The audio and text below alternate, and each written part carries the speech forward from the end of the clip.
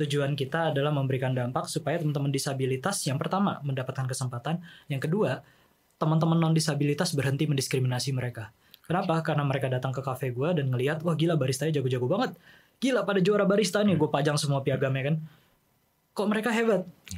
Jadi ketika mereka datang, mereka tuh nggak cuma pulang membawa kopi yang enak, wah ini kopi enak banget nih, karena kita juga fokus ke kualitas ya. Mereka buat cerita, wah ternyata teman-teman disabilitas hebat loh, tadi aku lihat di Sunyi Coffee.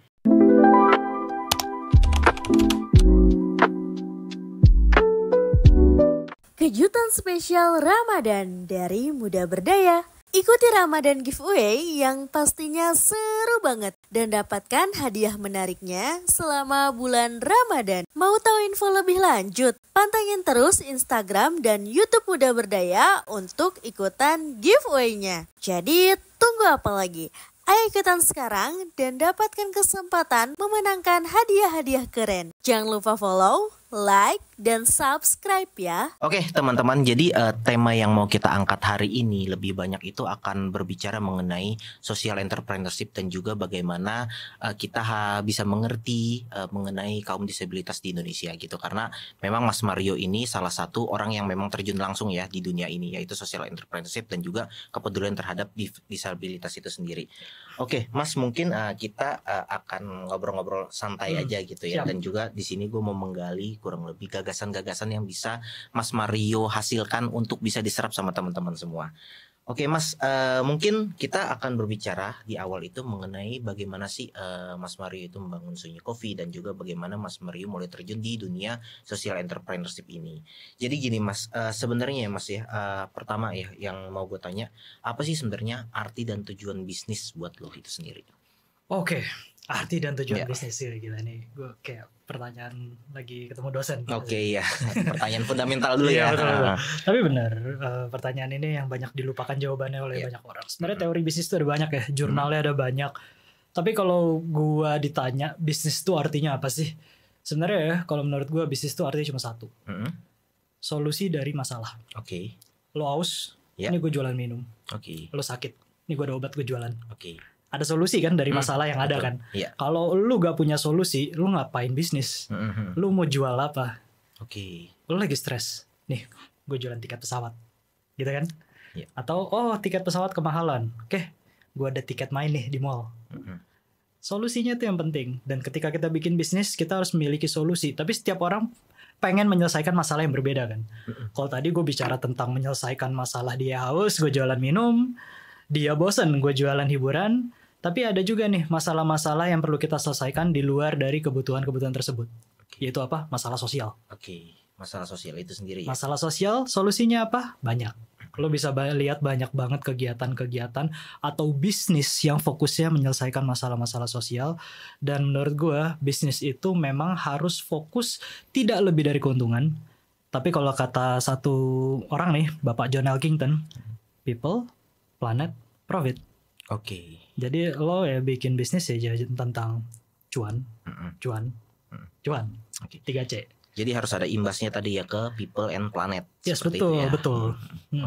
Nah, ini cukup menarik Mas. Berarti tadi kan kita bisa membahas bahwa bisnis itu adalah membuat solusi untuk sesuatu permasalahan gitu ya.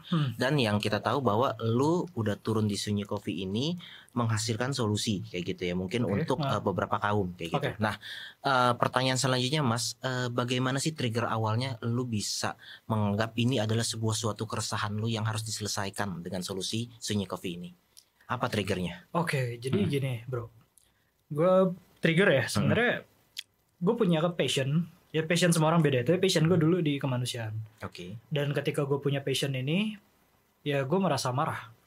Kenapa marah? Karena passion ini belum sepenuhnya bisa dijalankan di Indonesia. Social entrepreneur waktu itu memang masih belum banyak ya. Dan kita yang memiliki passion yang sama, gue tahu lo pasti lagi bingung nih. Kalau passion gue kemanusiaan, gue mau kemana? Ada loh solusinya. Sampai-sampai gue belajar, ada tuh yang namanya social entrepreneurship. Dan ternyata bisnis tuh bisa loh. Bukan cuma sekedar profit, tapi bisa memberikan dampak yang baik kepada orang lain. Nah gue yang memiliki passion kemanusiaan dan dipaksa untuk menjadi seseorang yang juga menghasilkan uang, pengen nih nyimbangin gimana caranya gue bisa menjalankan passion gue untuk memberikan dampak, tapi ya gue juga agak cuma nolong, tapi gue juga bisa menyejahterakan diri gue, keluarga gue, dan orang-orang di sekitar gue maupun orang yang gue tolong. Keluarlah itu social entrepreneurship, dimana konsepnya adalah bisnis yang fokusnya gak cuma cari duit, tapi memang untuk kita memberikan dampak kepada orang lain. Jadi bisnisnya bukan tentang jualan, it's more than selling. It's about helping growing a business together. Nah menarik sih Mas. Nah gini, kalau misalnya tadi kita ngomongin social entrepreneurship kan berarti nggak cuma profit ya kan, tetapi mempunyai dampak sosial. Nah selama ketika lu menjalankan bisnis ini udah kurang lebih 5 tahun ya, berarti ya dari 2020 ya. Nah bagaimana sih caranya lu menyeimbangkan ya gitu ya antara ini gue harus berdampak sosial juga, ini juga harus memiliki profit kayak gitu. Gimana sih tantangan terbesarnya apa dalam menyeimbangkan itu? Jadi ketika kita menjadi wirausaha sosial, mungkin gue bahasin dulu deh. Jadi wirausaha sosial tuh artinya apa sih? Wirausaha sosial adalah sebuah bisnis yang menyelesaikan sebuah masalah sosial. Siapa yang bisa lu tolong? Ini gue ngambil kata-kata dari salah satu dosen gue. Dia menciptakan buku tentang kewirausahaan sosial. Lo boleh gak nolong orang kaya? Mungkin dia bilang, ngapain orang kaya ditolong? Enggak, lu boleh nolong siapapun. Siapapun yang butuh pertolongan, itu lu tolong. Tapi kan dia orang kaya. Orang kaya yang gak ngerti tentang diabetes. Dia butuh bantuan kita untuk membantu dia. Mungkin karena mungkin anak-anaknya sudah sukses. Dia sendirian di rumah, gak ada yang nolong dia. Terus kita karena, lu kaya gue gak mau nolong. Gak bisa. Lu bisa nolong siapa ketika jadi wirausaha sosial? Siapapun yang butuh pertolongan. Dan ketika lu butuh pertolongan, ketika mereka butuh pertolongan, bisnis lu tuh harus bisa menolong mereka. Dan gue sama 5 tahun ini fokus gue ke situ. Gue harus stay in rail. Tujuan kita nolong orang. Tujuan kita adalah memberikan dampak supaya teman-teman disabilitas yang pertama mendapatkan kesempatan, yang kedua teman-teman non disabilitas berhenti mendiskriminasi mereka. Kenapa? Karena mereka datang ke kafe gue dan ngelihat, wah gila baristanya jago-jago banget. Gila pada juara barista nih, gue pajang semua piagamnya kan. Kok mereka hebat? Jadi ketika mereka datang, mereka tuh nggak cuma pulang membawa kopi yang enak, wah ini kopi enak banget nih. Karena kita juga fokus ke kualitas ya. Mereka buat cerita. Wah ternyata teman-teman disabilitas hebat loh. Tadi aku lihat di Sunyi Coffee. Dan ini harus diimbangkan dengan good service dan quality. Kita punya konsep bagus. Tapi kalau produk lo jelek tuh orang nggak bisa datang lagi. Dia akan bawa cerita lo, tapi dia tidak akan menjadi loyal customer. Dia akan bilang, wah Sunyi Coffee hebat nih, hebat, tapi kopinya biasa aja. Ntar gue gak mau datang lagi ke situ. Yang penting gue udah tahu dia hebat. Oh enggak, sedangkan di dalam bisnis kita ada proses, kita ada sesuatu yang harus kita jaga supaya mereka itu bisa datang kembali, supaya mereka loyal. Berarti ya loyalitas itu penting ya untuk bisnis-bisnis berbasis seperti ini juga ya Mas ya. Betul, karena balik lagi, ketika kita menolong orang dengan bisnis kita tetap bisnis, teman-teman.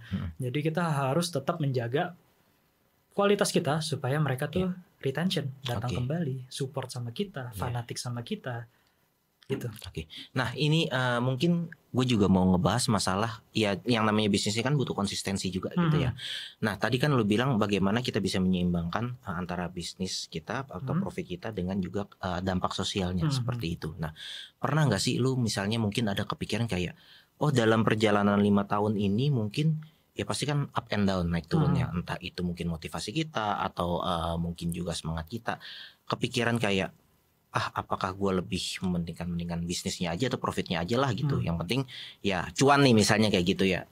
Tapi kan kalau misalnya dilihat kan selama 5 tahun ini lu mungkin bisa lebih konsisten kayak gitu. Lebih konsisten.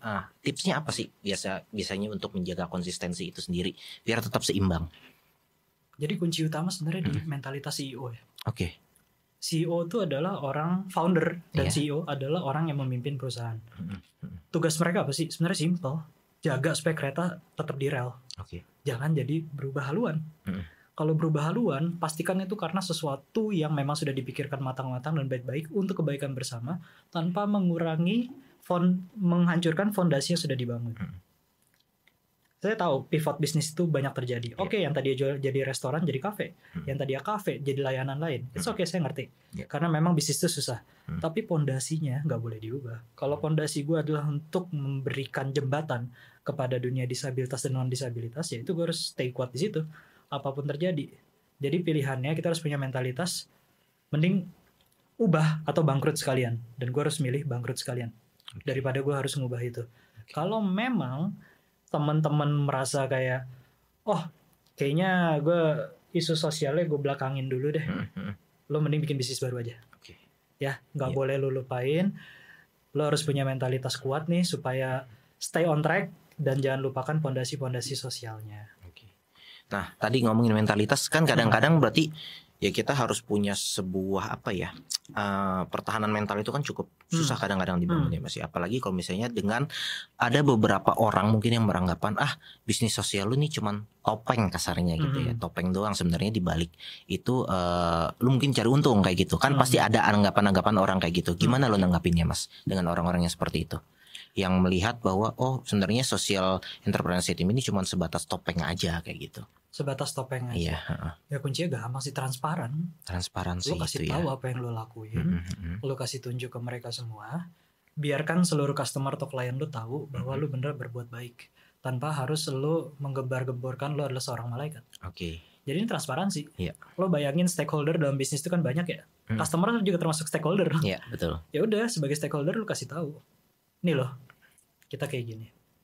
Kita memberikan dampak, thanks to you sudah terlibat. Ini kegiatan kita, ini masalah kita, transparan aja, transparan. Jadinya mereka juga tahu tentang hal tersebut. Jika mereka menilai ini sekedar pencitraan atau tidak, sebenarnya kan nanti akan dibantah dengan angka dampak yang kita buat, dengan data. Tapi jika bagi mereka itu masih belum cukup, ya memang nggak bisa dipungkiri sih, kita nggak bisa ngubah mindset orang ya. Kadang ada orang yang mungkin merasanya, menurut gue tetap begini dan harus begini, ya sudah. Yang penting kita tetap konsisten aja ya. Yep, transparan. Kita terbuka aja, kita beritahu ke mereka. Kadang-kadang kan yang jadi masalah nggak transparan. Nggak transparan, tapi mungkin seseorang bisa ada kebiasaan sekarang kan ini ya, savior syndrome. Wah, gue sudah menolong banyak orang. Gue sudah merangkul banyak orang. Gue sudah gini berkat saya. Nah itu lu kurang-kurangin deh, karena itu yang bikin orang makin gak percaya. Ya butuh pembuktian banget jatuhnya malah ya. Jadi tujuannya membuktikan atau emang nolong ya. Jadi kayak fokusnya ke pembuktian diri ya, instead of nolong orang ya. Oke. Thank you Mas. Mungkin kita sedikit bahas agak luas nih ya. Karena mungkin banyak juga nih teman-teman ya yang nonton ini yang kurang ngerti ngebedain ya antara CSR ya kan, atau misalnya charity dan juga social entrepreneurship Mas kayak gitu. Nah kalau misalnya kita bilang di sini ya, kegiatan-kegiatan yang dilakukan berbasis CSR oleh perusahaan itu sebenarnya bisa dikategorikan termasuk social entrepreneurship atau berbeda? Beda. Nah bedanya sebenarnya apa sih antara social entrepreneurship dengan CSR? Baik, gini. Jadi ada sebuah kuadran lah. Kuadran ini menggambarkan bedanya antara yayasan, tradisional company, CSR, dan social entrepreneurship. Jadi bayanginnya gini, perusahaan yang tidak melakukan kegiatan sosial, itu kita sebutnya tradisional atau konvensional company. Ya karena fokus mereka adalah untuk mengembangkan perusahaannya. Jika sebuah perusahaan yang fokusnya di dunia perdagangan, di dunia bisnis, tapi mereka tidak lupa untuk berbuat sebuah kegiatan sosial, itu kita kategorikan sebagai CSR. Karena balik lagi, fondasi mereka adalah bisnis mereka. Fondasi mereka adalah visi misi mereka untuk mengembangkan perusahaan, tapi mereka tidak lupa nih, perusahaan saya sudah berkembang, saya pengen nolong juga, saya pengen memberikan dampak. Maka mereka membuat CSR. Yayasan itu tidak ada fungsi ekonominya, jadi mereka tidak dagang, mereka tidak ada jual beli, mereka fokus untuk memberikan dampak sesuai dengan yayasan mereka. Tapi kalau social entrepreneur campuran dari tiga-tiganya. Kita menjalankan bisnis untuk memberikan pengembangan kepada perusahaan, kita menolong teman-teman sebagai menjadi pondasi utama dan jadi value perusahaan, visi misi perusahaan, tapi kita juga gaining profit untuk membantu dan mengembangkan. Jadi posisinya adalah social entrepreneur atau kewirausahaan sosial adalah sebuah entitas yang memang ketika mereka berdiri, divisi mereka sudah ada membahas tentang sosial. Tujuan mereka tuh nggak cuma tentang mengembangkan perusahaan, tapi memang sudah ada sosial, dan misi mereka wajib ada kegiatan sosial. Sedangkan kalau perusahaan yang tadi konvensional maupun yang CSR, mereka sudah menjalankan perusahaan mereka secara standar ya, secara biasanya, tapi mereka mungkin memiliki panggilan untuk menolong di luar visi misi mereka. Seperti itu. Ya, berarti memang tidak menjadi visi misinya mungkin ya kata kuncinya kalau ketika CSR itu ya di satu perusahaan itu. Ya, mungkin bukan menjadi satu target utama. Satu target utama. Tapi sedangkan kalau social entrepreneur memang alasan membangun perusahaan ini adalah untuk memberikan dampak sosial. Oke. Ya. Oke, menarik. Ya, dapat lagi nih ilmu baru ya. Jadi ternyata ada perbedaan dan bahkan bisa digambarkan dengan kuadran tadi ya. 4 perbedaan itu ya, perusahaan tradisional. Mungkin gue simpulkan lagi ya. Kemudian ada yayasan, CSR dan juga social entrepreneurship. Jadi teman-teman semua yang mungkin mau belajar nanti ya bisa dikulik lagi tuh ya terkait dengan tipe-tipe perusahaan tadi seperti itu. Oke, Mas, sekarang mungkin kita fokus lagi mungkin di Sunyi Sofi yang berbasis social entrepreneurship tadi ya, Mas ya, gitu. Nah, kan pasti kan ketika kita menjalani sebuah perusahaan itu kan harus ada dampak dan yang bisa diukur oleh metrik-metrik tertentu mungkin ya gitu ya. Atau misalnya ya ketika menjalankan perusahaan itu pasti harus ada apa ya bisa dibilang ya hasil lah ya. Betul. Paling gampangnya ya resultnya. Nah, biasanya yang menjadi matriks pengukuran dari Sunyi Coffee sendiri, Mas, itu apa aja sih yang ya sebagai social entrepreneurship itu juga ya sebagai perusahaan yang berbasis social entrepreneurship itu biasanya apa sih dampak yang diukur selain profitability? Oke. Kalau kita sih dampak yang kita ukur yang pertama adalah seberapa banyak uang yang kita pakai untuk membuat sebuah kegiatan sosial. Oke. Yang kedua, berapa banyak orangnya yang terdampak. Ya. Jadi gue di PT gue nih ada satu lagi. Jadi kita 2 entitas, ada PT, ada yayasan. PT for the business, yayasan for the support, for the social support. Kita punya namanya Sunyi Academy. Jadi sekolah gratis untuk disabilitas. Pelatihannya apa? Barista, ada cooking, ada pelatihan bisnis, dan itu semua tidak berbayar. Terus gimana caranya gue bisa finance ketika yayasan tersebut tidak mendapatkan keuntungan dari PT. PT akan mendanai yayasan dengan cara apa? Setiap gelas yang lo beli itu akan berpengaruh ke yayasan. Makanya kita sebutnya ya kopi yang paling nyaman di hati. Bukan karena puisi di gelasnya, tapi karena every purchase means something. Setiap gelas itu akan menjadi dukungan kepada teman-teman di yayasan. Selain itu gue juga kerjasama nih sama banyak company, di mana mungkin mereka bisa memberikan dana CSR, sponsor, dana hibah untuk mendukung sekolahnya. Dan di sini gue mencari dampak dari sini nih. Kita selama ini sudah mendidik 320 disabilitas siap kerja. We gotta go 500 this year. Bisa atau enggak? Harus bisa. Dan ini matriks yang jadi target kita. Seberapa banyak orang yang terdampak oleh kita. Oke, menarik ya. Ya, lanjut ya Mas ya. Mungkin tadi kalau misalnya kita ngomongin bisnis kan pasti kan ya berdampak harus tadi profitability dan juga mungkin kalau di social entrepreneurship ini selain profitability adalah social impact-nya ya. Ya tadi ya mungkin ke orang-orang itu ya kan atau mendirikan akademi dan sebagainya. Nah, ada nggak sih Mas maksudnya dari Mas Mario mungkin semacam tips dan trik nih ya gitu ya. Agar sebuah perusahaan yang berbasis social entrepreneurship ini bisa sustain atau berkelanjutan ya. Karena kan banyak juga mungkin orang-orang yang punya ide social entrepreneurship tetapi terkadang ya umur mereka nggak panjang gitu loh. Bensinnya nggak panjang lah ya. Nah kayak gitu gimana tuh kira-kira? Jadi pandangan dari lu Mas ya. Ini social entrepreneurship. Belakangnya masih ada entrepreneurship ya bro. Iya. Ya jadi sebenarnya ya kita nggak boleh menghilangkan ilmu-ilmu entrepreneur kita cuma karena kita ngejar dampak. Dalam dunia bisnis ya banyak banget yang mesti dipelajarin. Lo harus tahu demand lo seperti apa, harus melakukan riset, seperti tahu pasarmu seperti apa. Kita harus product testing. Kayak misalnya kopi gue nih, kita selalu product testing. Gue selalu bikin produk baru, lalu produk barunya gue tes ke customer. Customer akan menilai dia suka atau enggak. Selain itu gue juga akan mengundang kolaborasi kayak misalnya kemarin aja kita kerjasamanya langsung sama World Barista Champion Mikhail Jasin. Tujuannya apa? Supaya barista gue naik kelas. Supaya barista gue tuh bisa memberikan pelayanan terbaik. Jadinya the concept is good, tapi the coffee is also good gitu loh. Kita bisa ngimbangin nih dari segi bisnis maupun dari segi sosial. Masalahnya zaman sekarang gue banyak banget ngelihat para social entrepreneur yang fokusnya di dampak doang. Mereka lupa tuh. Sesimpel basic yang kita tanya aja, lu ngerti gak? Kayak misalnya ya 4P itu apa sih? Apa itu nggak penting, yang penting gue bikin dampak. Nggak boleh bro. Lo harus pelajarin basic bisnis. Lo harus menjadi pebisnis, tapi hati lo memang hati kemanusiaan. Jadi ya kita bagi lah. Entrepreneurial mindset ada banyak tuh kalau lo cari di jurnal. Yang pertama, kita harus peka dengan kesempatan. Kita harus peka dengan namanya pasar. Kita harus peka dengan namanya perubahan-perubahan yang terjadi. Ya itu tetap perlu harus punya tuh entrepreneurial mindset.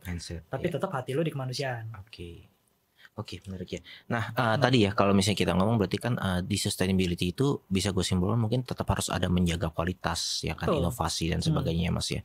Nah, mungkin kalau kita ngomong lebih lanjut lagi ya, pasti kan yang namanya bisnis ini kita kadang-kadang sebagai entrepreneur itu mau bisnis ini scale up gitu ya secara lebih mungkin ya in terms of mungkin dari sisi diversifikasi produk atau mungkin dari sisi customernya atau dari sisi apapun gitu ya, scale up. Nah, apa sih Mas kira-kira yang akan mungkin bayangan lu ya atau mungkin mimpi lu itu Sunyi Coffee ini scale up-nya itu dari sisi apa lagi gitu loh? Jadi scale up tuh wajib ya. Jadi namanya bisnis kan kita nggak boleh stay jalan di tempat. Dalam bayangan gue sih yang pertama gue pengen Sunyi Coffee itu nggak cuma di beberapa kota ya, tapi di banyak kota. Jadi scale up yang pertama adalah spreading, menyebar. Dan yang kedua yang lagi kita kembangin adalah gue pengen Sunyi Coffee yang nggak cuma tentang kopi. Jadi kita lagi sedang mengumpulkan nih karya-karya seni teman-teman disabilitas. Tujuannya adalah supaya kita bisa bikin pasar sunyi. Pasar sunyi itu adalah kita menjadi distributor karya seni teman-teman disabilitas, dan Sunyi akan menjadi distributor yang ada di setiap kota. Karena gini, gue ngeliat teman-teman disabilitas tuh keren banget, sumpah karya mereka tuh top, keren banget, lukisan, jahitan, kriya apapun tuh bagus-bagus banget. Tapi ya mungkin mereka tidak seberuntung itu untuk mendapatkan pendidikan marketing seperti kita. Jadi mereka nggak ngerti tuh how to distribute the product. Kalau gitu kita hadir sebagai solusi untuk mereka nih. Lo jago bikin produk, gue jago jualan. Ayo kita kerjasama. Lo untung, gue untung. Apa yang terjadi? Perusahaan akan berkembang, teman disabilitas pun akan berkembang. Itu sih scale up yang sedang kita rencanakan ke depan. Kalau dari segi coffee, of course kita akan terus mengembangkan coffee-nya, the products. Kita pengen memberikan pelayanan yang lebih baik lagi. Kita pengen buka banyak cabang lagi. Tapi untuk scale up ke depannya, it's more than just coffee. Kita pengen kasih layanan yang lebih. Thank you. Ini ya Mas pendapatnya. Nah, sekarang mungkin ya sebagai sebuah perusahaan pasti kan kita juga ingin perusahaan kita ya maksudnya dikenal oleh banyak orang gitu kan. Salah satunya kan kita juga melakukan promosi ya. Entah itu beriklan kah, menggunakan influencer atau apa. Nah, ini yang cukup membuat gua mungkin ingin bertanya juga nih Mas ya, terutama di social entrepreneurship nih. Terkadang gue melihat beberapa gitu ya, beberapa mungkin perusahaan lain itu mereka melakukan promosinya ya untuk ya mungkin mereka juga basisnya social entrepreneurship nih atau sosial gitu. Mereka menggunakan promosinya itu dengan message atau mungkin pesannya yang terkadang itu menurut gua ya, ini menurut gua itu mungkin kurang etis kayak gitu. Contohnya seperti apa? Misalnya kayak kok gue pernah ngeliat gitu beberapa kali iklan gitu ya di YouTube gitu, dia hanya menjual kesedihan, ya kan, menjual kesedihan. Misalnya kayak si bapak ini begini ya kan, mohon bantuannya untuk apa? Contohnya seperti itu. Nah, menurut lu gimana sih standar atau batas etika dalam promosi di dalam social entrepreneurship? Pertama itu, atau yang kedua ya mungkin ada tanggapan lain terkait dengan yang biasanya dilakukan oleh perusahaan-perusahaan seperti itu dengan menjual adegan-adegan kesedihan dan sebagainya. Jujur bagi gue itu nggak etis. Kenapa? Karena gini, mungkin teman-teman atau semua yang nonton bisa ngecek di Instagram kita, tidak pernah ada tangis dan sedih, nggak pernah ada sedikit pun. Kalau lo datang ke cafe kita, lo akan lihat foto-foto teman barista kita begini, power, dengan bangganya, Kita nggak pernah tuh yang sorry ya kalau misalnya ada iklan yang kayak wah, disabilitas butuh jangkauan tangan kalian, dengan bantuan kalian disabilitas yang tertolong, pakai lagu yang sedih, pakai lagu-lagu yang galau. Aduh, itu menurut gue sangat tidak etis.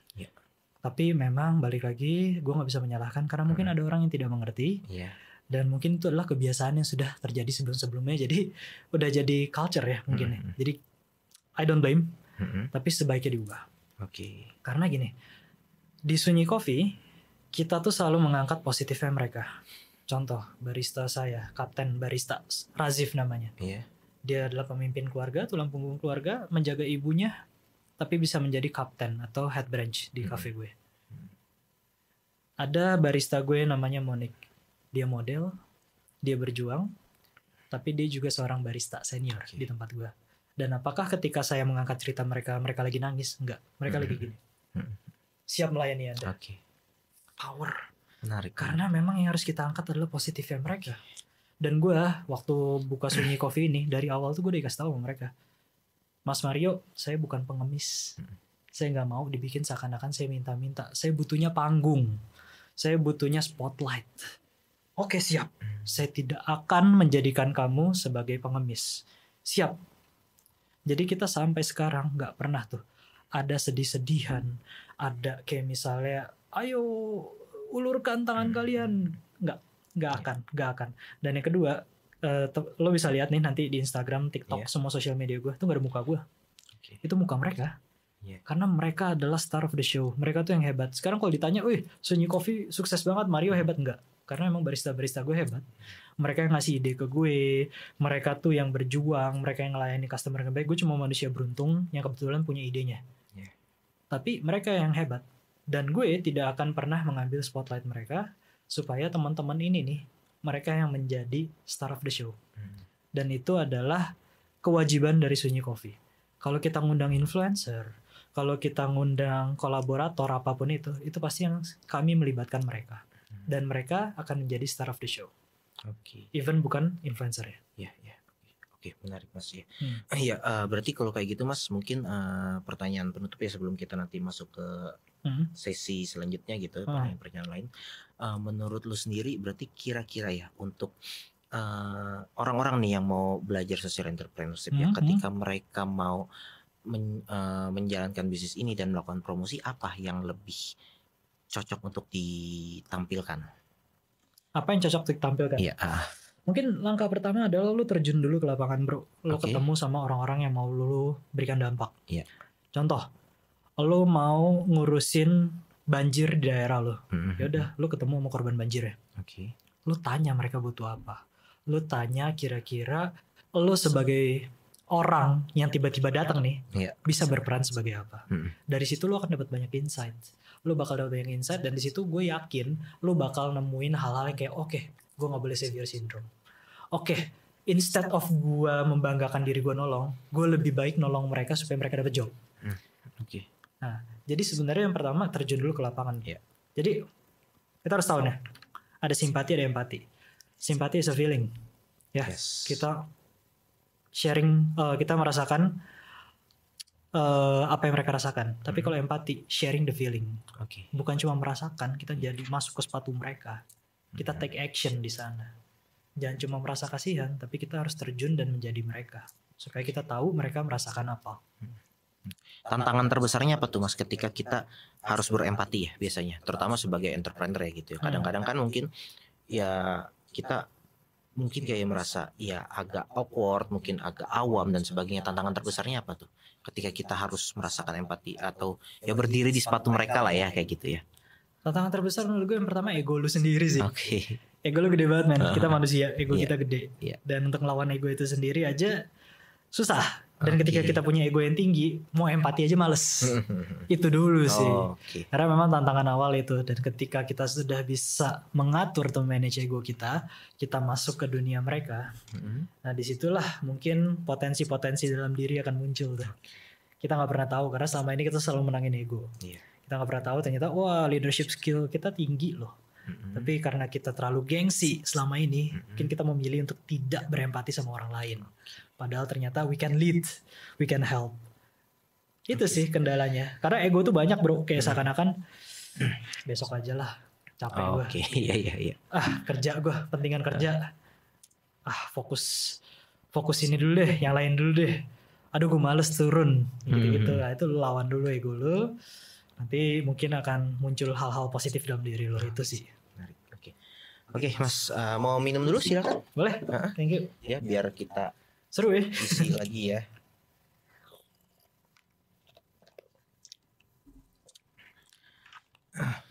Ya, jadi abis ini mungkin kita mau ngebahas Mas, gue mau menggali lagi gitu ya. Siap. Mungkin lebih Kalau tadi kan kita bahas tentang social entrepreneurship Hmm. gitu ya. Nah ini mungkin kita bahas terkait dengan memang isu sosialnya itu sendiri ya, Oke. disabilitas yang memang lu dalami selama ini Mas. Oke. Nah ini mungkin gue nanya pendapat aja atau Hmm. penilaian kayak gitu ya Mas ya. Menurut lu sendiri gitu ya, untuk Indonesia sendiri ini ya, itu sudah seramah apa sih sebenarnya support atau dukungan untuk mereka-mereka yang punya kebutuhan khusus ini? Gue boleh cerita dikit gak bro? Ya. Jadi dulu waktu gue bangun Sunyi Coffee nih, gue idenya 2016. Iya. Oke, udah lama ya. 2016. Hampir ya. 9 tahun lalu ya. Ya, tapi waktu itu karena gue baru lulus kuliah, gue gak punya duit, gue gak punya apa-apa. Ya gue gak bisa bangun Sunyi, Iya. kecuali gue harus pitching. Gue pitching ke orang-orang dan banyak banget yang nolak bro. Oke. Alasannya gini, kamu Amerika banget pola pikirnya. Indonesia belum siap buat gitu-gituan. Udah Mario kamu gini deh, kamu jadi orang kaya, ntar kamu sumbang duit ke mereka dan itu kan. Oke, iya. Itu kan mindsetnya salah kan. Iya, Karena kita simpati, bukan empati. Bukannya kita berkembang bareng, tapi gue ngasih duit dan bye. Oke. Gitu kan. Itu bikin gue takut. Karena gue takutnya bener janjian kata-kata mereka bener. Indonesia Iya. gak siap. Sampai akhirnya 2019 gue bareng sama 4 sahabat gue. Kita akhirnya bisa patungan. Kita bikin Sunyi di cabang pertama kita tuh di Jaksel. Oke. Takut banget gue hari pertama. Hari pertama gue takutnya adalah gimana ya, apa bener ya kata orang itu ya. Sampai ada satu customer datang, dia bilang, wah mas konsepnya bagus ya, saya kasih tahu keluarga saya deh abis ini. Dia datang lagi, keluarganya datang, kita rame, dan tuh orang 9 sampai sekarang, Sunyi udah 5 tahun, dia masih jadi customer yang setia. Oke. Dan gue baru sadar, gue yang ketakutan itu gue yang salah. Ternyata setiap manusia punya pintu hati bro. Iya. Orang Indonesia siap. Semua punya pintu hati tapi kondisinya ditutup. Oke. Tugas kita ngetok. Tugas kita ngetok supaya pintu hati mereka kebuka. Dan ketika pintu hati mereka tertutup, itu kita gak bisa nyalain mereka. Karena mungkin belum ada yang ngetok. Gue beruntung, gue ada orang tua yang ngetok pintu hati gue. Yang ngajarin, Mario kamu dibanding nilai 9, kamu harus nolong 9 orang. Tapi ada orang-orang di luar sana yang mungkin gak punya privilege untuk diketuk pintu hatinya. Jadi sebenarnya Indonesia tuh sudah siap. Hatinya sudah siap. Tapi memang kita masih berkembang. Kenapa? Karena isu ini kan isu baru ya. Isu sosial itu, kita padahal dulu selalu dibilang ya, masyarakat Indonesia tuh gotong royong. Iya. Ya kan? Betul. Selalu diajarin manusia adalah makhluk sosial. Ya. Tapi hal itu di dalamnya ketika kita masih kecil doang. Jadi hilang mungkin di tengah-tengah tuh di umur kita SMP, SMA hilang. Tapi sebenarnya kita semua punya basicnya. Nah, kalau ditanya Indonesia gimana, saya rasa manusianya sudah siap. Hanya perlu dibantu, dibimbing. Dan untuk pengembangan terhadap program disabilitas itu pun sudah lumayan. Iya. Dan I'm appreciating that. Oke. Ya. Oke. Nah kalau kayak gitu Mas, berarti kalau tadi kita lihat mungkin Indonesia yang memang secara hati sudah siap gitu ya masyarakatnya. Tinggal ada yang mau manggil atau enggak nih, Betul, ya kan? betul, Ada yang mau start duluan atau enggak kayak Betul. gitu ya Mas ya. Nah kalau kita bicara lebih luas lagi Mas, mungkin terkait dengan mungkin kita ngomong di masyarakat umum gitu sekarang ya kayak gitu. Mungkin mereka punya hati, tetapi yang mungkin belum ada tadi terkait dengan edukasinya, mungkin literasinya itu sendiri menurut lu bagaimana Mas? Itulah pentingnya Iya. institusi. Pentingnya institusi pendidikan. Kayak misalnya seru loh ketika mungkin ekstrakurikuler sekolah instead of yang ada olahraga dan lain. Ada belajar isyarat, Oke. ada belajar huruf braille, ada kegiatan-kegiatan sosial yang dimana mereka bisa memupuk nilai-nilai sosial dalam diri mereka. Institusi-institusi ini pun harus membantu nih supaya generasi-generasi baru pun memiliki hati yang sama. Dan institusi harus didukung oleh siapa? Ya pemerintah tentunya. Pemerintah, ya. Bagaimana pemerintah bisa memberikan mungkin acuan-acuan berupa undang-undang yang bisa membantu para institusi ini untuk bisa membantu masyarakat. Oke. Gitu. Dan kalau kita bicara undang-undang ya, saya rasa perkembangan di luar biasa ya. Dulu, bro. UU nomor 4 tahun 97, penyandang cacat. Cacat, bro. Pakai Oke. kata-katanya cacat. Iya. Dan kalau kita lihat di KBBI, lo bisa cek semua di KBBI, cacat itu artinya apa sih? Mutu yang tidak baik. Oke. Gila, kita gagal lah ya, failednya. Kita sejahat apa sampai bisa bilang seorang manusia tidak punya mutu? Kenapa kita kayak berasa Tuhan Iya. bisa ngecap manusia gak punya mutu? Oke. Mutunya gak baik, berarti mutu kita baik banget dong. Hahaha. Gila sih, itu menurut gue gila banget. Tapi itu kan zaman dulu. Iya. Kita bisa berkembang sampai akhirnya muncul UU nomor 8 tahun 2016 penyandang disabilitas. Oke. Kita pakai kata disabilitas sekarang. Iya. Kita ada kata-kata seperti difabel. ya walaupun di KBBI ada disabilitas, difabel, tapi kan sebuah kata-kata yang dibuat oleh society, tapi kata-kata itu kan tujuannya baik. Iya. Nah sekarang kita berkembang nih, ada peraturannya, 1% wajib disabilitas karyawan, 2% wajib disabilitas kalau perusahaan milik negara. We're doing great, pelan-pelan.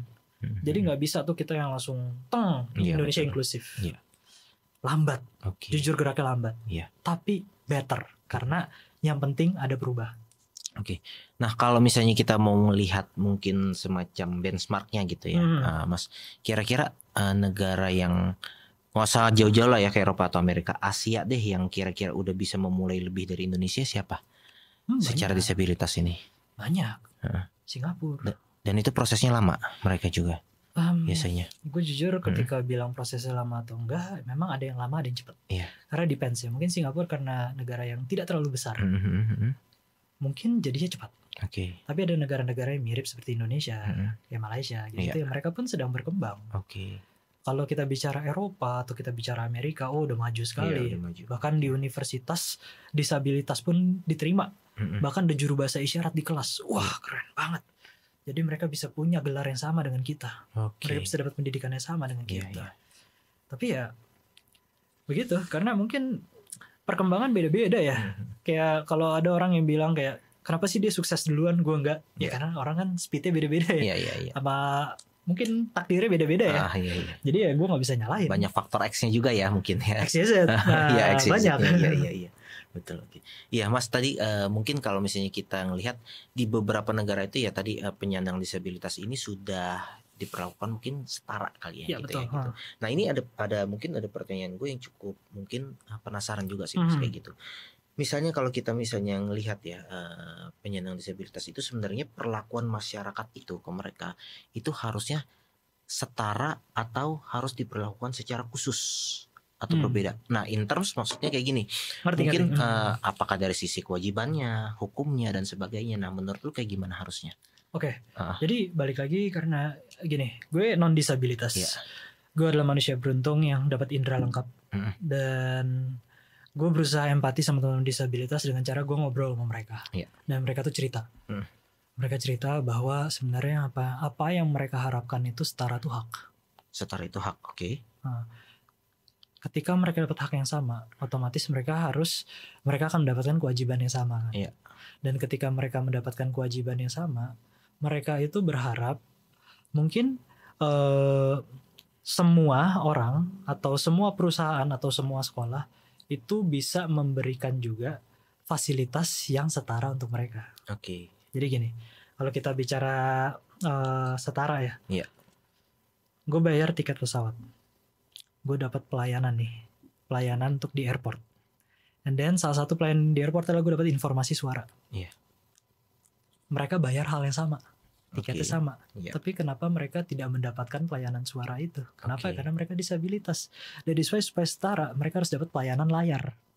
Supaya mereka bisa baca. Oke. Pesawat ini delay. Kalau sekarang kita bicara airport, sering banget pindah gate, tapi Iya. dari suara. Iya, betul. Nggak ada board sama sekali atau layar sama sekali kan. Monitor sama sekali nggak ada. Kalau ada, telat biasanya. Iya. Itu gimana mereka bayangin mereka di pesawat, mereka lagi santai nunggu di gate mereka nggak tahu gate diubah karena informasi dari suara. Kalau mereka bayar sama loh, Iya. bayar sama gue tiket pesawatnya gitu, bayar pajaknya juga sama. Kenapa mereka nggak dapat layanan yang sama seperti gue? Ya udah kita bikin nih aksesibilitas untuk mereka. Aksesibilitas ini tujuannya adalah supaya mereka bisa setara sama kita. Iya. Termasuk di Sunyi Coffee. Lo tau kan di latte art nih, biasanya kalau lo pesan latte, cappuccino, itu biasanya ada gambar di atasnya kan. Iya. Itu kan untuk menciptakan gambar di atas ya, lo harus frotting susu, lo manasin susu. Betul. Supaya menjadi busa, buih. Iya. Dan itu lo harus dengar suara susunya. Oke. Nah sekarang, kalau mereka tidak bisa mendengar, gimana cara mereka frotting? Ya gue harus bikin metode baru, dan mereka bikin metode baru secara visual, menghitung busa dan melihat warna. Oke. Apa yang terjadi ketika mereka bisa gue berikan kesempatan, kamu boleh pakai caramu sendiri. Iya. Saya berikan akses kamu untuk menggunakan caramu sendiri. Iya. Apa yang terjadi? Latte yang dibikin sama profesional barista sama latte dari barista gue sama. Sama. Oke. Orang yang bayar pun merasa sama. Sama nih. Dari teman disabilitas maupun dari teman non disabilitas. Iya. Dan gue akan menggaji mereka juga sama. Karena mereka memberikan output yang sangat luar biasa. tanpa gue Oke. kurang-kurangin. Gitu. Oke gitu ya. Berarti ya karena gini Mas, gue tuh sekarang kan tuh lagi heboh tuh yang kasus kalau nggak salah salah satu penyandang disabilitas yang lagi dalam masalah hukum, Oke, yang nah. Agus kalau nggak salah ya, yang buntung itu. Nah Hmm. itu kan banyak soalnya pendapat di luar sana karena dia mungkin mengalami disabilitas, jadi seharusnya mungkin tidak dihukum. Tapi ada juga orang yang misalnya bilang ya harus diperlakukan sama dan sebagainya. Nah kalau secara mungkin bagaimana pendapat lu terkait dengan fenomena ini? Semua orang sama di mata hukum ya. Oke. Kalau menurut saya itu pertama. Ya. Jadi apapun alasan beliau, jika Mhm. beliau melanggar hukum, maka kita harus, ya itulah gunanya undang-undang kan. Oke. Kita mengetahui di mana dia salah, Iya. di mana dia benar, Mhm. atau apa saja yang melanggar. Oke. Ya itu harus sesuai hukum yang berlaku. Oke, berarti tidak perlu ada perlakuan khusus secara hukum ya seharusnya kalau untuk kaum disabilitas. Maksudnya jika menuntut mereka. Iya. Nah itu sebenarnya udah ada ya. Kayak misalnya kita melihat apakah mereka tuh memiliki, kan ada kita tunagrahita ya. Iya. Untuk isu-isu yang mungkin secara psikologi, Oke. itu kan kita biasanya dari pihak hukum pun ada penilaiannya sendiri ya. Mhm. Apakah beliau memang ada sisi-sisi yang mungkin tidak bisa mengontrol dirinya sendiri karena masalah yang dia alami, itu kan bisa dilihat. Iya. Tapi jika memang dari pengecekan secara psikologinya mereka aman dan kriminal itu dilakukan dengan sengaja, Iya. maka dia harus tetap sama di mata Oke. hukum. Kalau dari saya sih seperti itu, karena memang ya nggak bisa juga kita mengatur hukum berdasarkan kasihan. Mhm. Tapi kita mengatur hukum berdasarkan kesetaraan. Oke. Sama-sama dicek kira-kira dia melanggar apa, dan hukuman pun yang diterima harusnya setara Oke. gitu. Nah kalau itu kan tadi di ranahnya terlalu makro gitu ya. Sekarang Wah, coba iya. kita ngomongin di sunyi gitu ya. Oke, Maksudnya ketika baik. lu membuat suatu mungkin semacam SOP Ya. atau peraturan lah ya, peraturan karyawan gitu ya. Mungkin kan ada orang yang memiliki misalnya disabilitas A, yang lain B kayak gitu. Nah bagaimana lu mau akomodir kebutuhan mereka semua itu di dalam satu peraturan perusahaan lo? Baik, jadi kita pertama harus pelajarin aksesibilitas. Iya. Kita mengerti bahwa teman disabilitas itu beda-beda. Iya. Kondisinya dan kebutuhan mereka beda-beda. Skill maupun kemampuan mereka belajar juga beda-beda. Iya. Jadi itu harus gue sesuaikan. Jadi kayak contohnya kita punya barista teman-teman tunanetra. Dan teman-teman tunanetra ini memang kalau kita bicara speed, pasti speed mereka akan kalah dengan teman-teman yang mobilitas tinggi. Iya. Ya kan? Betul. Tapi kalau kita bicara kualitas kopi sama. Dari why teman-teman tunanetra kita didik dengan beda. Kayak misalnya mereka punya fix station nih, mereka punya mesin kopi yang sudah tempatnya udah fix nih. Jadi mereka sudah hafal. Oh, this is syrup, this is chocolate. Oke. Ini sendok takar udah kita atur semua, mesinnya juga menggunakan suara. Jadi mereka bisa tuh nyeduh kopi keluar kualitas yang sama. Oke. Tapi mereka kan lebih cocok ke specialty coffee misalnya. Kenapa? Karena mungkin penyeduhannya lama. Oke. Tapi untuk yang fast moving, kayak contohnya kopi susu, gula aren, yang mudah menggunakan misalnya espressonya bisa fresh atau mungkin espresso stock. Iya. Itu kan dengan mobilitas yang cepat, teman-teman tuli akan lebih cepat. Oke. Jadi memang kita sesuaikan nih kondisinya supaya teman-teman disabilitas dapat aksesibilitas dan sesuai pada porsinya masing-masing. Oke. Karena gini, gue pernah dapet permintaan agak kocak bro. Gimana? Mas Mario, saya mau mulai hire teman-teman disabilitas. Saya maunya yang kursi roda 3 orang. Oke, kantor saya ruko lantai 2. Oke. Ada liftnya gak? Nggak ada. Oke. Iya. Ngerti kan? Iya. Nah, ya kan kita mau setara mas. Ya mau setara, saya paham. Tapi kan kita harus memberikan aksesibilitas juga kepada mereka. Ada lagi sama. Kak, kita mau bikin sales force. Jadi mau jual barang, biasa sales keliling kan ke pasar-pasar. Tapi kita mintanya teman-teman yang di kursi roda. Terus ke pasar basah. Gimana bro ke pasar basah teman-teman kursi roda? Ya lo juga harus punya empati, disesuaikan. Gue ganti deh. Lo ada yang strategic thinking gak? Ada. Admin ada gak kebutuhan? Ada. Yaudah, posisikan di admin. Gue ada teman-teman tuli nih. Mereka bisa jadi Salesforce lo. Jadi kita sesuaikan sama kondisi mereka. Banyak loh teman tunanetra yang jadi call center. Jawabin telepon. Jawabin telepon. Habis itu untuk mereka mencatat, karena pasti ada note to latency kan. Kan ada Google Voice to note, note to voice. Mereka bisa menulis dengan cara mereka sendiri. Apa yang terjadi, call center tetap melayani dengan baik walaupun temannya tunanetra. Tapi kalau kita ekspektasi teman tunanetra untuk bermobilitas tinggi, kita yang salah. Teman tunanetra bisa kan creative thinking? Bisa. Teman tuli bisa creative thinking. Tapi kan kita sesuaikan posisinya masing-masing. Jika Anda butuh mobilitas tinggi, kita sesuaikan dengan teman disabilitas yang memang mobilitasnya bisa tinggi. Jika tidak, doesn't mean mereka bisa kerja. Dia masih bisa berpikir secara keras, bro. Dia tetap kreatif. Gitu, kita tempatkan. Begitu pula perusahaan gue. Udah kita sesuai nih posisinya. Oke, ya. Oke. Ya, lanjut ya Mas ya. Mungkin ini ada pertanyaan juga terkait dengan sistem dan akses pendidikan formal di Indonesia ya. Kalau misalnya kita ngelihat gimana sih pendapat Mas Mario sendiri terkait dengan sistem dan akses pendidikan formal gitu, karena ya kan isu ini juga kan kayaknya baru-baru aja ya, maksudnya di mungkin diterima oleh masyarakat kayak gitu. Nah, pendidikan formal kita itu sebenarnya sampai saat ini menurut Mas Mario gimana? Apa yang perlu ditingkatkan mungkin, atau mungkin apa yang harus diimprove kayak gitu? Untuk masyarakat umum maksudnya? Yes, dan juga mungkin di pendidikan formal ya, SD, SMP, SMA kayak gitu. Baik, kalau menurut saya ya, menanamkan nilai-nilai sosial itu harus lebih dari sekedar satu mata kuliah atau satu mata pelajaran. Praktek. Jadi saya senang zaman dulu. Saya nggak tahu kalau sekolah zaman sekarang ya. Zaman saya dulu tuh hobi banget yang namanya kegiatan di luar sekolah. Ya kan? Di kuliah saya walaupun swasta, kita masih ada yang namanya apa tuh, yang kalau kita nginep di live in. Oh iya. Sebutannya apa sih? Ya mungkin yang ke ya. desa kayak gitu ya. Ada yang KKN bilangnya atau apa gitu. I think itu perlu. Tapi mungkin nggak cuma sekali 2 kali. Gimana caranya kita menanamkan ilmu ini menjadi sesuatu yang sustainable. Di kelas 1 dapat, di kelas 2 dapat, kelas 3 dapat, kelas 4 dapat, kelas 5 dapat, kelas 6 diuji.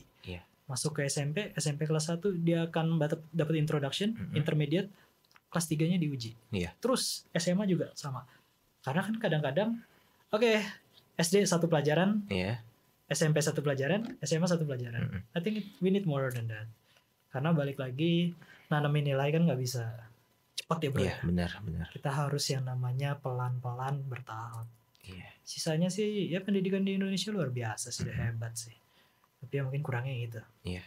Yang perlu diimprove lagi lah ya. Betul. Gitu ya.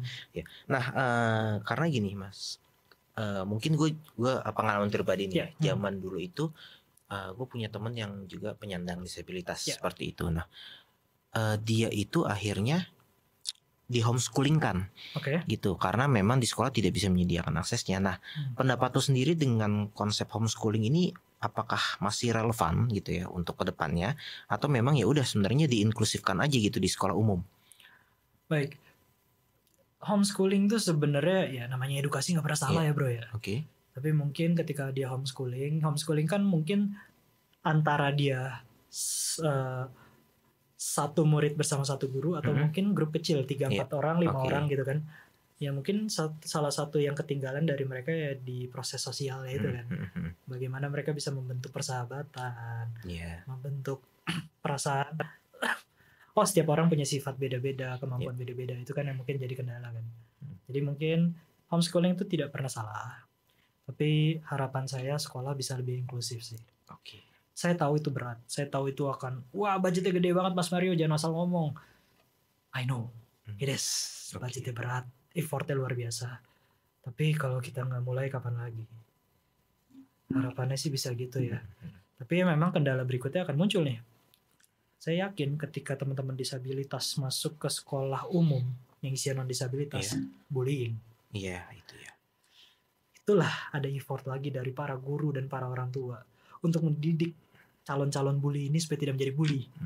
Karena ketika ada satu orang yang berbeda masuk ke kelompok masyarakat yang sia sama semua, apa yang terjadi? Pasti dibully. Pasti diasingkan, dibikin kayak alien. Effortnya besar lagi kan, berarti harus ada pendampingan, harus ada penyuluhan. Tapi menurut saya ya, kenapa enggak?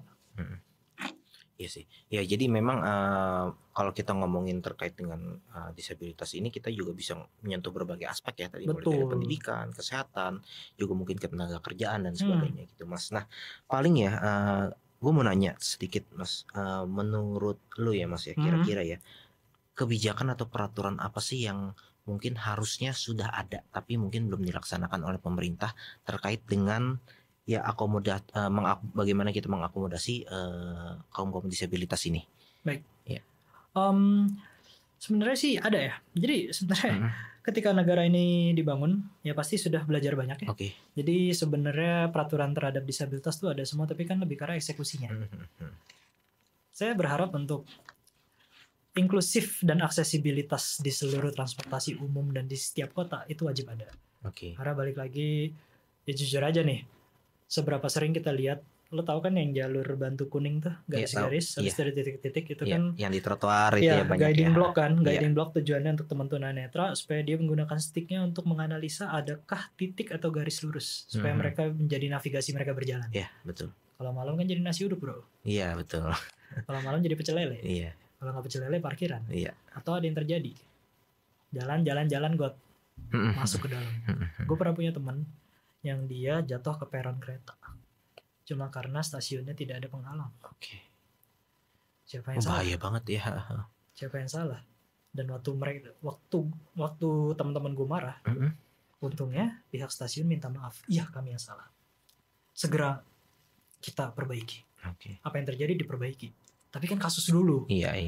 Hebat, kerjanya cepat banget, satset hebat banget, gue salut. Tapi kan ya balik lagi karena terjadi. Jika tidak terjadi, Didiamkan mungkin. itu. Ah. Ya kalau kita bicara mereka sebagai karyawan luar biasa. Iya. Solving the problemnya cepat. Iya. Tapi problemnya terjadi dulu. Iya. Gitu. Jadi harapannya sih inisiatif itu muncul tanpa disuruh. Tiba-tiba ada fix dengan peraturan dan diwajibkan. Oke. Jadi tiba-tiba nih kita bisa ngelihat, wah, kota kita inklusif, ramah disabilitas di setiap aspek. Iya. Tanpa harus ada korban. Oke. Gitu.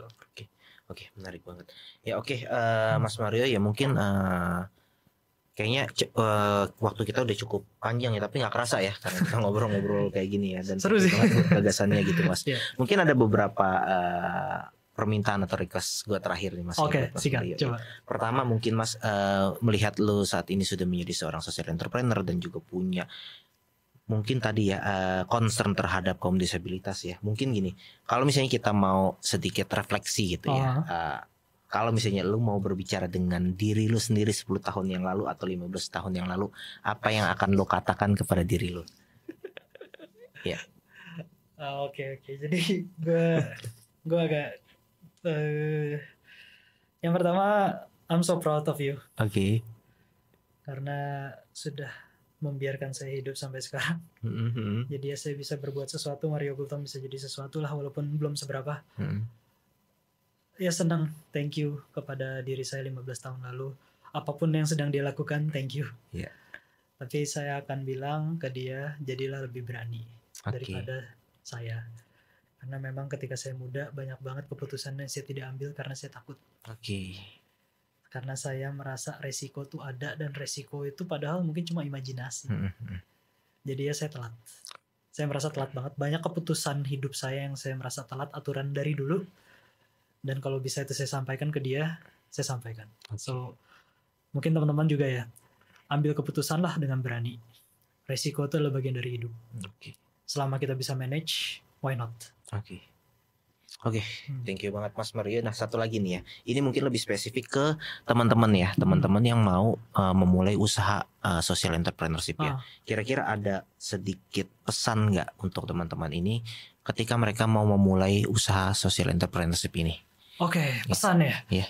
Jadi ketika lo mau nolong orang, lo tuh gak usah mikir kejauhan. Oh di luar negeri sana ada yang butuh pertolongan. Wah ternyata di jauh sana ada yang butuh pertolongan. Lo simple, dari yang terdekat dulu. Lo cek. Ini tips and trick gue yang selalu gue bilang. Lo cek 5 km atau 1 km dari rumah lo, itu siapa yang punya masalah. Itu dulu. Oh jangan-jangan selama ini lo mikirin yang jauh-jauh, lo gak tahu tetangga lo kebanjiran. Atau mungkin RT sebelah lo ada kebanjiran, atau mungkin lagi dilanda DBD atau apa. Lo gak bantuin. Atau gak usah jauh-jauh, di rumah lo gak tahu nyokap lo di kamar lagi sedih. Sekarang gue mau tanya, siapa yang hari ini belum muji nyokapnya atau bokapnya atau siapapun yang ada di rumah? Itu aja lu belum. Coba mulai dari yang kecil dulu, ubah diri dari orang terdekat dulu, baru kita bicara dampak yang besar. Karena balik lagi, kita harus menolong siapapun yang mungkin paling kita tahu nih, yang paling kita deket dulu. Dan kalau lu nggak bisa nolong yang paling deket dulu, don't dream big lah. Karena lo aja melewatkan satu hal kecil yang sebenarnya di sebelah lo. So start with small. Coba yuk cek mulai sekarang 1 kilometer deket lo. Ada apa yang bisa ditolong keluarga lu, ibu lu, nyokap, kakak, adik, teman sekelas. Mereka butuh pertolongan apa? Dari situ baru kita maju yang ke besar. Oke. Ya, sangat menyentuh. Thank you banget Mas Mario buat wejangannya, buat gagasan-gagasannya ya hari ini gitu. Ya sekali lagi semoga Sunyi Coffee juga selalu terus konsisten ya kan, sustain dan juga makin menyebarkan semangat positif ini ya gitu ya untuk agar orang-orang tadi selain bersimpati tapi dapat membangun empati ya untuk orang-orang sekitar kita. Oke, makasih banget ya Mas Rio untuk Mas Mario buat waktunya hari ini ya. Semoga kita bisa bertemu lagi ya di lain kesempatan ya, dan juga selalu sukses untuk Mas Mario dan Sunyi Coffee ke depannya. Thank you. Thank you Mas ya. Teman-teman berdaya, terima kasih ruang gagasan kali ini kita udah mengundang Mas Mario dan Mas Mario sudah menampilkan seluruh gagasan-gagasannya juga pendapatnya, opininya yang mungkin kalian bisa pelajari, kalian bisa serap dan kalian juga bisa menjadikan apa yang dilakukan Mas Mario dengan cerita-ceritanya itu sebagai motivasi buat kalian semua. Oke, salam berdaya sejak muda. Thank you Mas sekali lagi.